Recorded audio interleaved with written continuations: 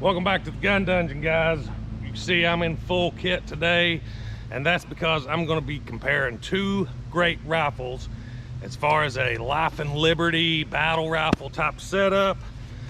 This is the one that I normally run before I got my X95. It's set up the way I've always had it, minus a light. I took the light off this one, put it on the other. But this is a Stag Arms 16-inch barrel, AR-15. Nothing special. It's old school. I like it. I've had it for a long time.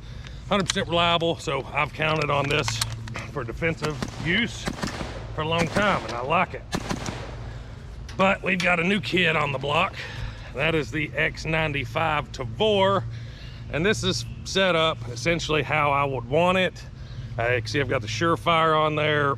I've got a full review on this rifle put out a couple weeks ago. If you haven't seen that, go check it out. But it looks a little different now than it did in that video. I've got my sling on here, QD mounts, foregrip, of course. Got different rail covers on the bottom, Surefire War Comp, flash hider on it. I really like this setup. It seems to work out really well. And one thing I like about it is, as I said in the other video, is you get 16-inch barrel ballistics out of this short little package. Now, when we put these, let me see, let's do it as fair as I can. Let me shorten the stock, as short as it'll go, line them up, and you've got quite a bit of difference. And that's with a very, very short length of pull. The stock collapsed all the way down on a collapsible stock.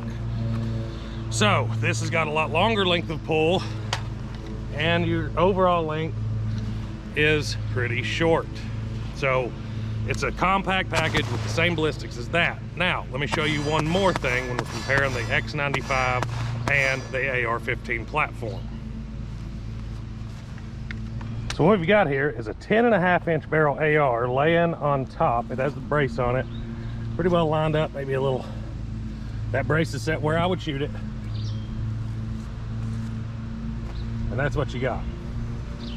It's actually a little bit longer with that brace fully extended. But like I said, this is 10.5-inch barrel, so you lose a lot of ballistic advantage with the 5.56 round. Let me show you what I mean by that. All right, so we've got the Chronograph set up here. I'm gonna use this 10.5-inch AR, just shooting some Steel Wolf ammo, but it's gonna be the same out of both guns, so it ain't gonna really matter. Let's see what kind of velocities we get out of this 10.5-inch barrel.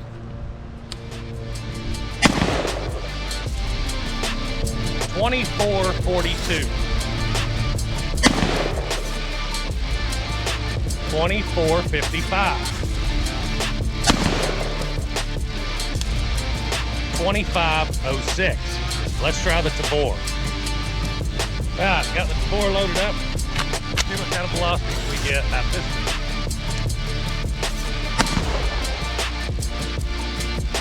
2818. 2783. 2849. So as you can see, there is a difference in the velocity between 10.5-inch and 16-inch barrel. And it's quite a bit, about 300 to 400 feet per second. That's pretty good. That's a pretty good advantage. Another advantage that I've found of the Tavor is that it seems to tuck away on body better, which of course it's more compact, but also the sling mounting points puts everything real close to you, so you can swing it out of the way, transition, drop into a knee. You don't have to worry about burying your muzzle in the dirt as much as if you're running a 16-inch barrel. It's just a good overall package. Now, I'm not gonna shoot these things for accuracy because they're not set up exactly the same. The 16-inch AR has a low power variable scope on it, and it is a tack driver. That thing will shoot lights out. The Tavor has a red dot optic on it.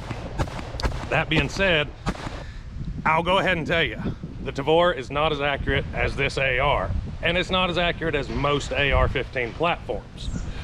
But that does not mean that it is not sufficiently accurate. I don't have any problems putting that thing within 3 MOA easy with a red dot. and that's pretty good with a red dot. You can't really ask for a whole lot more. Now, the AR, I'm sub MOA with a lot of different ammunition out of this particular gun. I'm sub MOA with a lot of different rounds.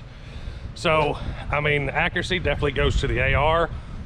Modularity is one thing where the Tavor is probably going to come behind on the AR. There's not nearly as many options for aftermarket stuff for a Tavor X95 as there is a standard AR-15 platform. But if you can get the Tavor set up the way that you want it, you don't really need to change anything else, and that's what I've done. I've got it set up the way that I want it, and I'll probably not ever change it. Now, one thing that Tavor is really good at over this particular AR, I know there are a lot of things that you can do to change this, but the Tavor is a flat shooter. Even in the original video, when it was set up right straight out of the box, just slapped a red dot on it and went, it still shoots very, very flat. Now, the Surefire War Comp that I have on it now, it does have a little bit of compensation, not a whole lot, but it didn't take a whole lot. With that that Surefire on there, that War Comp, this thing is just a laser beam, just right there. You can stay on target, no problem.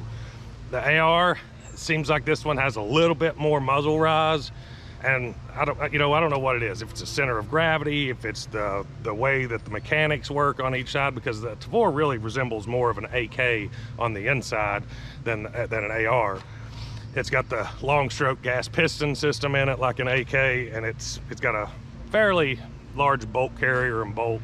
But I mean, as far as reliability, I haven't had any problems out of the AR-15. Most people don't if you buy a decent quality AR. The Tavor did have some break-in issues. If you watch my first video, I'm gonna keep referencing to it, shameless plugs. But if you watch my first video, you'll see it was a break-in video pretty much. It didn't start running right until the end. But as you can see today in all the shooting videos and clips, it's running that steel case like a champ. So if it'll run steel case like a champ, I ain't a bit worried about it. Running 855, M193, none of the good actual 5.56 ammo. And that stuff right there is pretty underpowered, as you can see from the velocity videos. But if it'll run that like a champ, bolts locking open, it's trucking right along, I don't have any problems with that. So yeah, like I said, there's a lot of differences in the manual of arms, but there's a lot more commonalities than you think. So if you're already an AK or an AR guy, really the only thing you're going to have to change is your bolt drop and your mag change. You're coming behind your hand for a mag change, which to me is easier. I can get it in the mag well when it's closer to my body. I can get it in there more accurately, and then your thumb's right there to drop the bolt. Whereas on an AR, you're out here in front of your hand. You can only get it so close unless you pull the buttstock under your arm or go over or something crazy like that. But you're in front of your hand, which is a little farther from your body. You're not nearly as accurate. And then you got your standard ping pong paddle bolt drop. So it's a little different manual of arms, but as far as on the X95, the mag drop or mag release is in the same spot as the AR. The safety's in the same spot. A lot of commonality on the ergonomics. Feels really well. And like I said, I really like that X95, which I really like AR-15 too. But as you can see, I've put my Surefire scout light over on the Tavor, so you can guess which direction I'm going. So hope you enjoyed today's video. If you did, don't forget to hit like and subscribe, guys. Check out my new t-shirts. That link's in the description as well. Hope you enjoyed it. Till next time, stay tuned.